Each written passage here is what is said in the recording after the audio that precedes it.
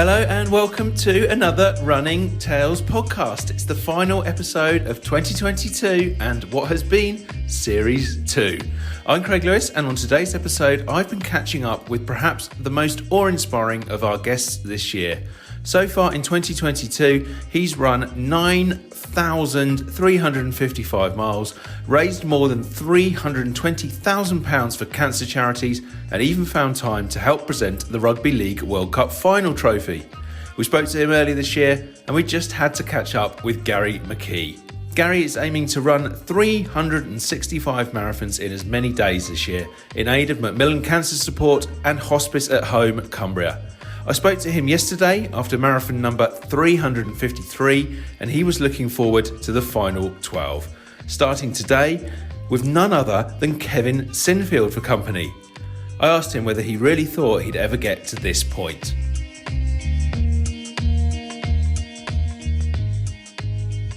Absolutely. I've never ever doubted myself from the day I said I was going to do 365. You know, you don't come out with these claims and think, I always hate it when people put it out there and say he's attempting to do this. You know, you don't attempt to eat your dinner, do you? You just eat it. You know, and I've always believed in myself. It's all on my terms. If I want to go quick, I can go quick. If I want to slow down, I can do that as well. You know, so it was never in any doubt to me. People will often say, what if you got injured? Well, I did. You know, you can't really expect to run nearly 10,000 miles or over 10,000 miles when you include my treadmill miles and not pick up any form of injury or not be off colour for a day. But I've always believed in myself. I knew I would be getting here. I know you're quite modest about this. You always believed you could do it. But I just want to read something from your Twitter feed, which I know you will have seen, that describes how other people feel about what you're doing. It says, I honestly can't understand why Marathon Man 365 is not on £1 million and 1 million followers. He should be knighted. What an achievement and dedication to the cause. I've never seen anything like it, and I can't see it ever being matched again. Mesmerizing watching this. I mean, how does something like that make you feel? Because that's how other people feel about what you're doing. That is the first time I've seen that actually or heard it, because I don't do my own Twitter stuff. Somebody does it for me.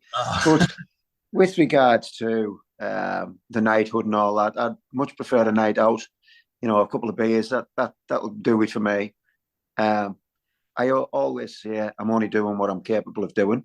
And if more people done what they were capable of doing, we would live in a different world. It does make you humble that through other people's eyes, you're seen as a bit of a hero. And my heroes are the people who put their lives on the line every day when they're going to burning buildings, when, you know, they're performing life-saving operations. That's the heroes who I see. And a lot more, you know, people who's protecting our shores, people who's fighting wars for us. They're heroes. I'm just a fundraiser.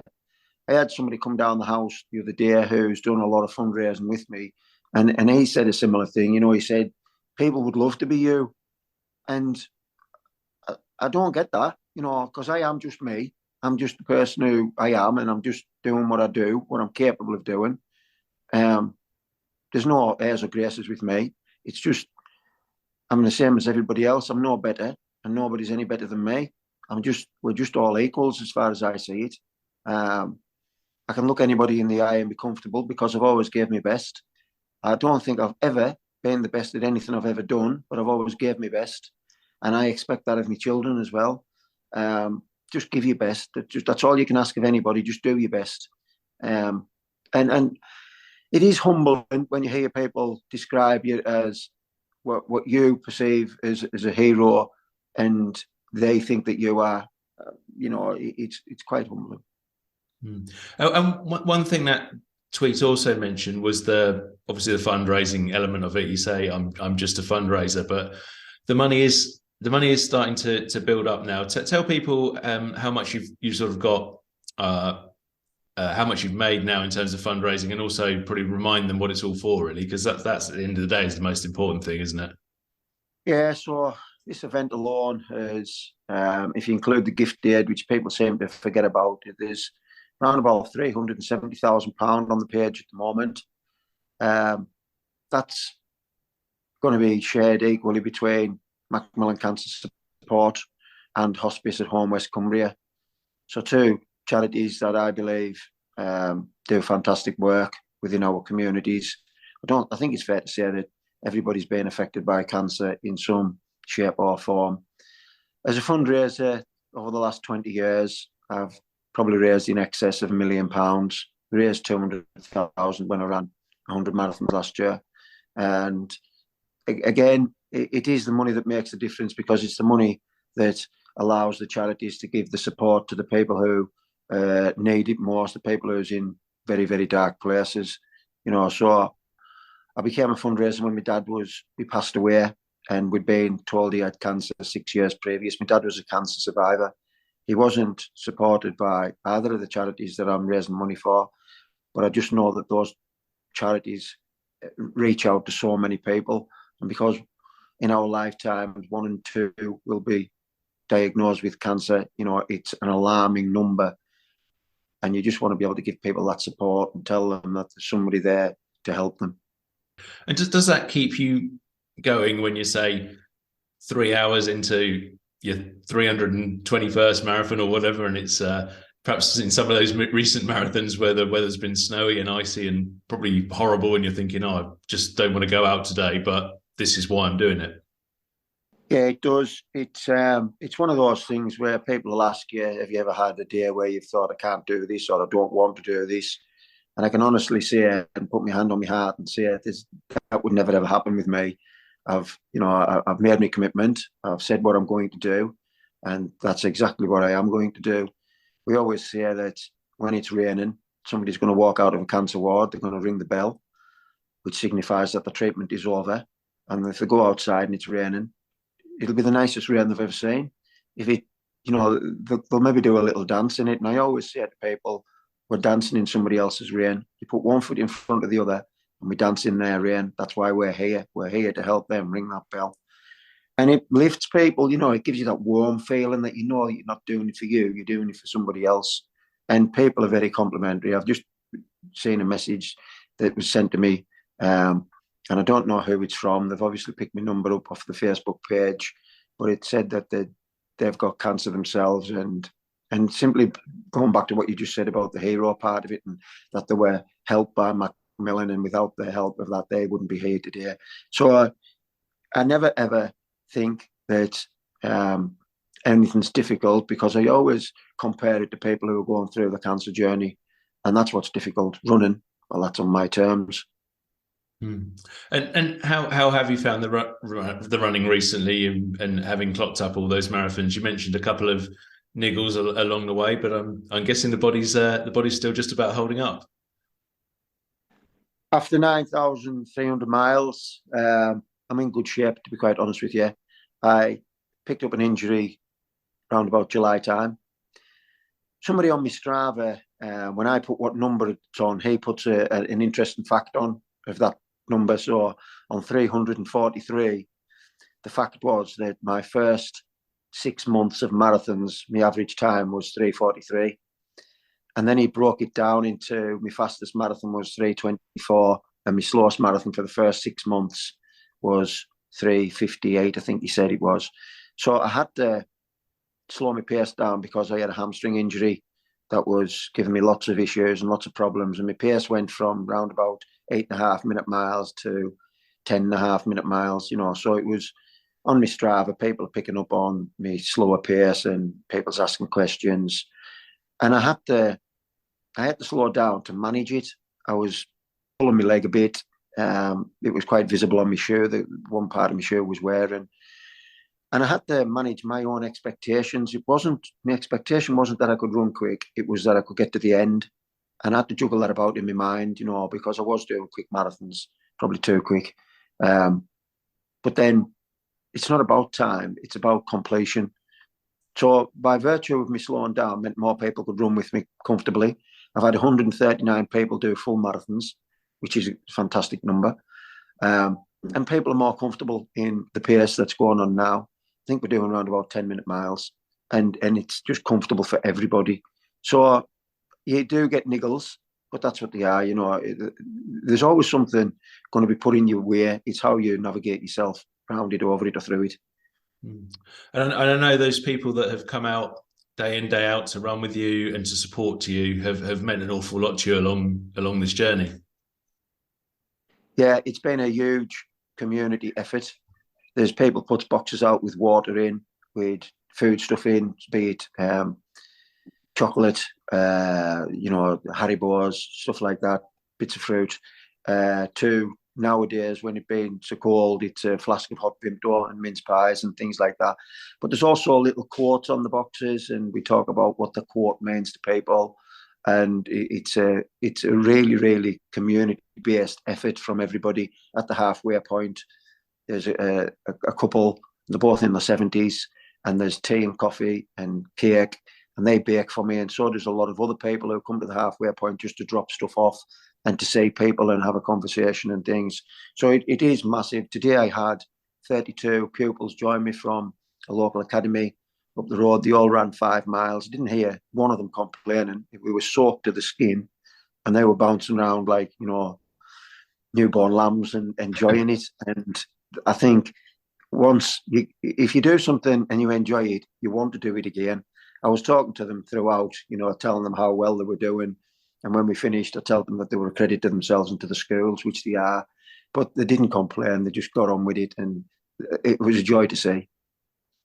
Yeah, and I know one way you've been able to sort of keep that community support going is by keeping the same route pretty much every day, isn't it? Which some people sort of went, oh, how is he managing to run the marathon along the same route every day? But you did, I think, move away from that route for a couple of days, didn't you? Do you want to tell us about that? I did. I actually, I had 3 days off it. So I went to Manchester. I'd done the Stretford Park Run, which was my very first ever park run. I incorporated that into the marathon. And later that day, I presented the Rugby League World Cup on the field at Old Trafford, which was a fantastic experience, as you can imagine. Yeah. I then went on, after the game, we went to London. Somebody had picked up on my Strava what I was doing, and he wanted to get involved. So he came and ran with me back in April. And then he put his own event on in London. So he invited people to join me at the Olympic Park community track. And I'd done a marathon on the track, and there was about 400, probably more than that. People came and they put different slots, different time slots, and ran round for an hour with me. Some had booked all 4 slots and, you know, done the whole marathon. And again, it was great to see. The following day, we done a route up the canals and in the London parks. And it was nice, but it took you out of me routine. So I wasn't getting my legs done. We were running around London for restaurants and at night time. You're not in your own house where you can just go and put the kettle on in the morning and make your coffee and this, that, and the other. So it did take you. It's quite tiring traveling as well. You know, we had to travel to Manchester in the car because my hamstring was giving us a bit of jib sitting. It was a bit sore, but financially, the reward was there was about £25,000 went on the page. I'd done an interview on 5 Live when we were in Manchester and one on Radio Manchester, and you know, you just see the donations coming in because of it, and that makes it all worthwhile. You know, so the tiredness will wear off after a week or so. It's usually 3 or 4 days when you think, I feel a little bit ropey today, and it's just because travelling does take it out of you. I got the train back up from London to Penrith, and there was somebody waiting for me at Penrith to take me back home another hour. But the route that we use daily, it does work for me. When I went back out after I'd been to London, there were dog walkers and people were on the track. They were saying, "Where have you been? You know, we've missed you," and they'll be stopping you to give you a hug and stuff like that. And the people who do the cup of tea at the halfway point, Bill said to me, "I don't know what I've done with myself over the last 3 days." He said, "I haven't half missed you." You know, so people do get used to seeing your face. They get used to what day you're on. They follow your progress. They're like proud parents, some of them. And it's great to see. It also gives people the opportunity to know where I'm at and jump in and jump out of the runs. Hence today, 32 school kids joining me at the halfway point and coming back down with me. They knew where I was, what time, and anybody can do that. You know, you don't really have to contact me to say, "Can I come run with you?" I've tried to encourage that right from the beginning.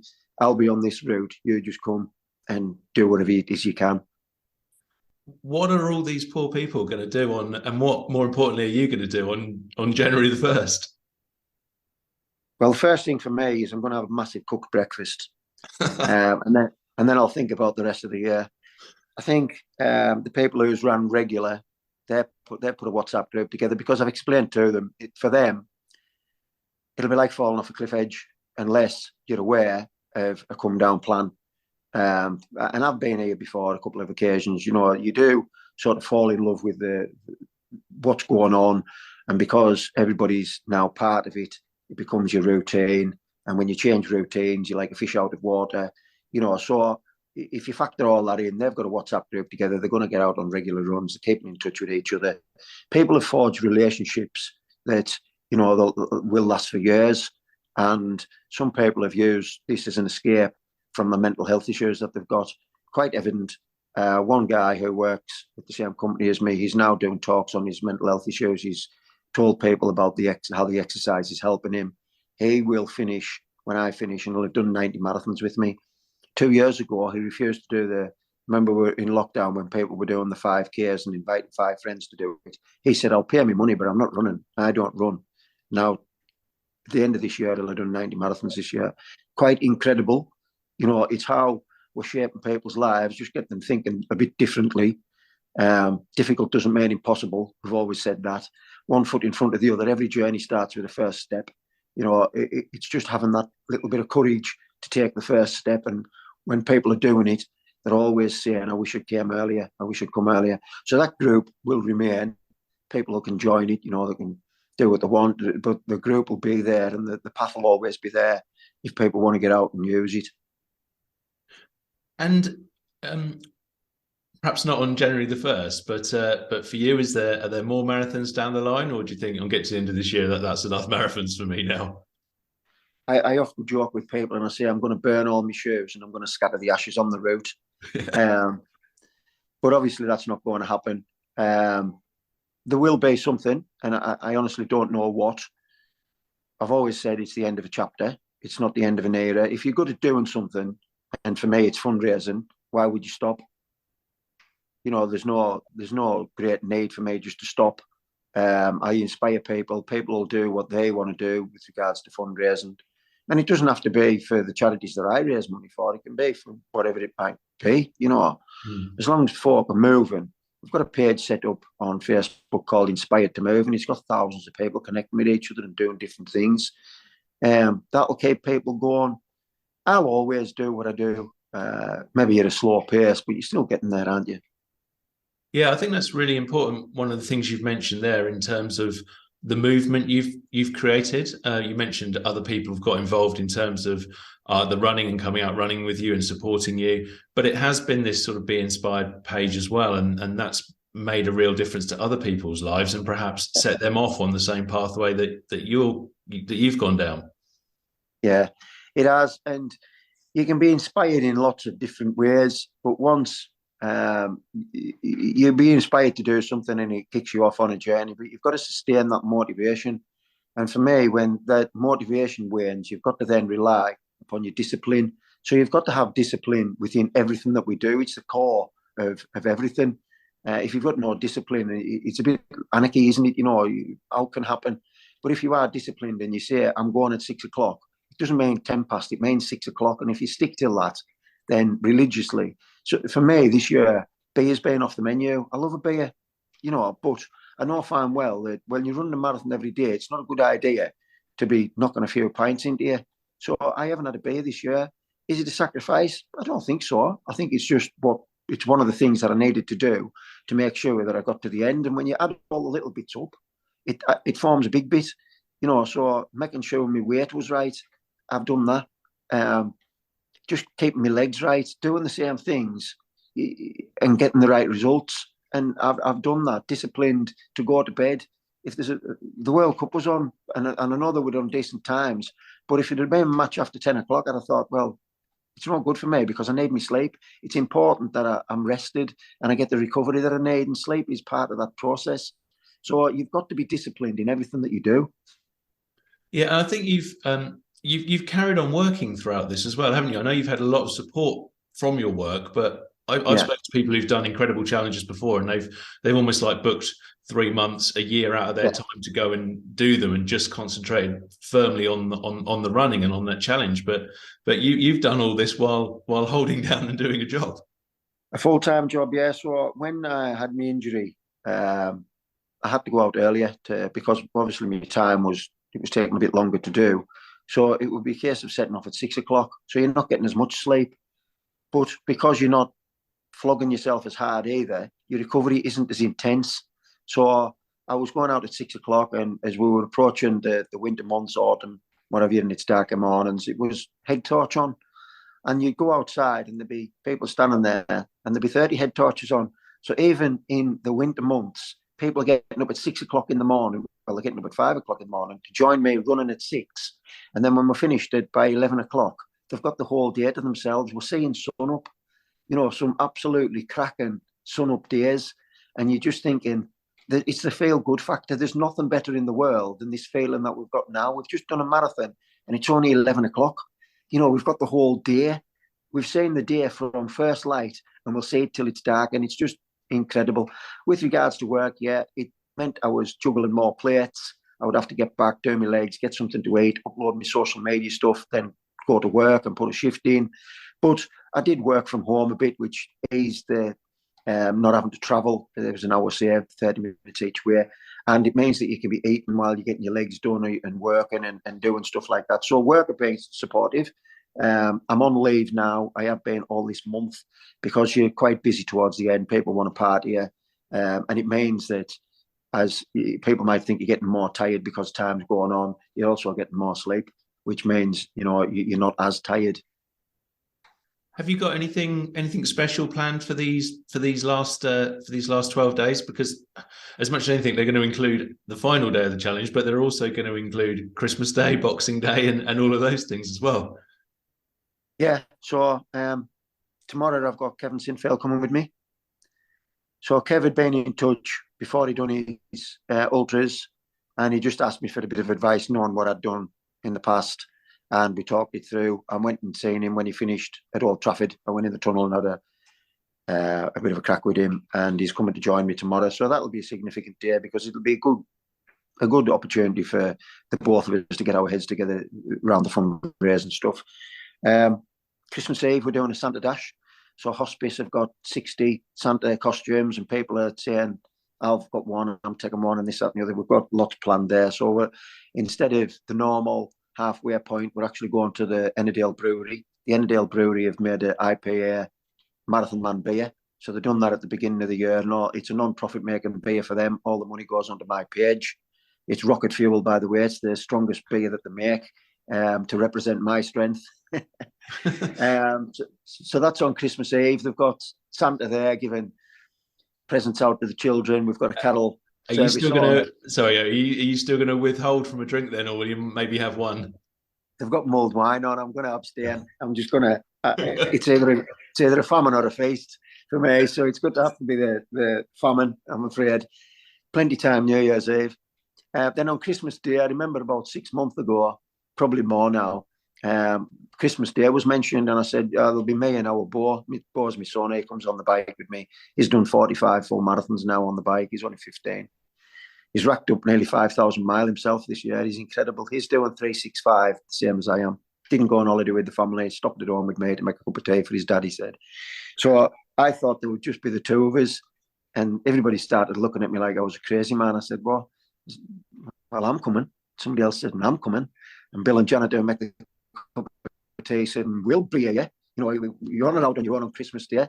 So the next thing I know, people are contacting me, what time are we going on Christmas Day? And if I total it all up, there's going to be between 20 and 30 people there on Christmas Day, which Brilliant. You think Christmas Day is a day to be spent with your family and things. And people are saying, we are with our family, we're with our running family. And then we'll be going home and have a Christmas dinner with our family. And it's just that they don't want me being on my own. And I find that absolutely incredible. New Year's Eve will be obviously the last one. A little bit of a different route. It'll finish at the rugby club like it did last year. Police are giving us an escort in last mile, which will be nice. And there's literally hundreds of people, said that they want to come. The local football club, some of the kids are going to run with me. The rugby club are the same. Different groups I want to come with us. Individuals who I don't even know have contacted saying, can we come on the last day? And of course they can. Somebody said there's going to be 1 million people coming, and I've just asked them all to bring £1, and then we'll raise £1 million. That's the way it works. But it'll be whatever turns up, I'll turn up, and they'll be welcomed. It is the last day. It's a significant one. It'll be celebrated in style. Are you still confident of reaching that £1 million target? I think it all depends on how the news is spread. So the BBC are actually setting me off on New Year's Eve. So after the 8 o'clock news, they're going live to set me off. They're following us all day. This is what their plan is. They're following us all day. They're going to the halfway point. They're going to be there at the finish. They're interviewing people who's ran with me. They're going to put a piece together that's going to go out on New Year's Day, apparently. So it's like 2 bites of the cherry for exposure. There's lots of people raising money. My own company at work, I've got the 2 charities as their fundraisers for this year. We usually generate between £30,000 and £50,000 a year. So all that money will be added on later on. With fundraising, you don't know, and we're in difficult times. So it is what it is. 370 on the page now. It's a lot of money, isn't it? It gives a lot of support to people. So I don't know. I am confident. I wouldn't use that word. Hopeful. Definitely. I'm just the runner. I'm the guy who does the running. If people want to put their hands in the pocket, thank you. If they don't, it doesn't matter to me. It's probably because they can't afford to. But my promise was to run 365 marathons. If we don't make the money, it won't be because I haven't run 365 marathons. And I guess equally, I mean, you'd love to make that money, and you'd probably love to make more, but anything that you do make is a real bonus for the people you're trying to help, and you've already made a lot.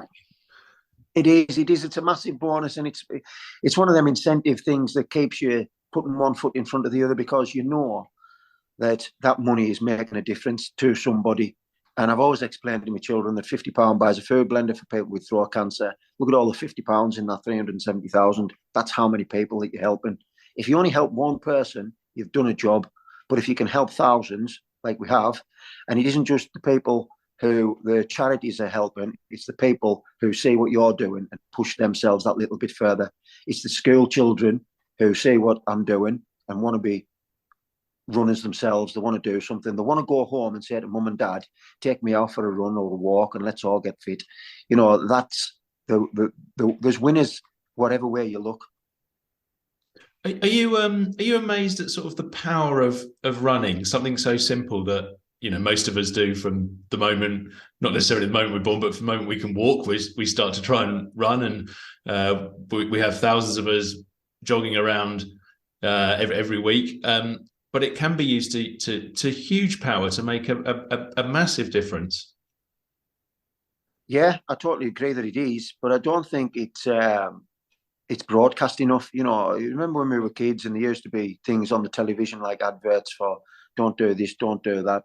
Then fitness should come into it. There should be more in schools to get children moving. If we look at, you go to the doctors with mental health issue and the first thing they want to give you is a tablet.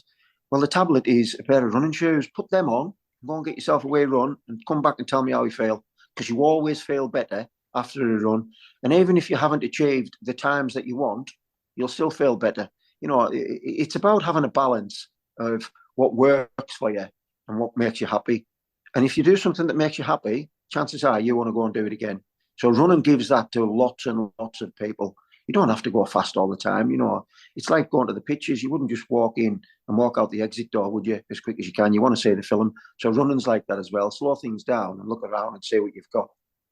And I get the impression that you still absolutely, despite having done so much of it, absolutely love running and everything about it, from the community side to the actual act itself.